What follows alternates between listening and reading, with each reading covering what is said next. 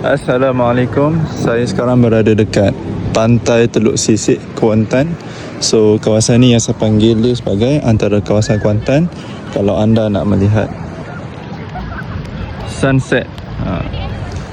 Betul, Kuantan ni lebih dikenali sebagai kawasan yang kita senang nak nampak sunrise sebab kita menghadap ke timur lah kan. Tapi actually dekat Kuantan dia ada satu pantai nama dia Teluk Sisik yang dia macam tebing sikit. Jadi bila dia tebing, dia pantai dia keluar sikit. Jadi bila keluar dia macam ada curve.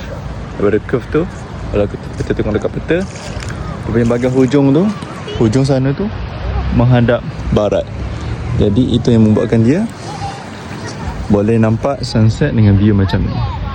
Jadi kelebihan Kuantannya ialah saya boleh nampak view sunrise daripada pantai dan saya boleh nampak juga view sunset daripada pantai juga. Kena pilih tempat yang strategik supaya boleh nampaklah dua-dua, insyaAllah. So itulah dia sunset, insyaAllah.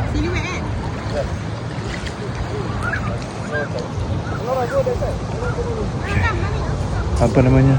Hari ni hari raya pertama ada Adha kan. Dan waktu ni kita sangat digalakkan untuk lebihkan takbir. Ada takbir dia setiap kali lepas solat. Allahu Akbar, Allahu Akbar. Dan bagi yang belum lagi melaksanakan ibadah korban, boleh buatlah insyaAllah. Alright, semoga Allah mudahkan urusan kalian semua.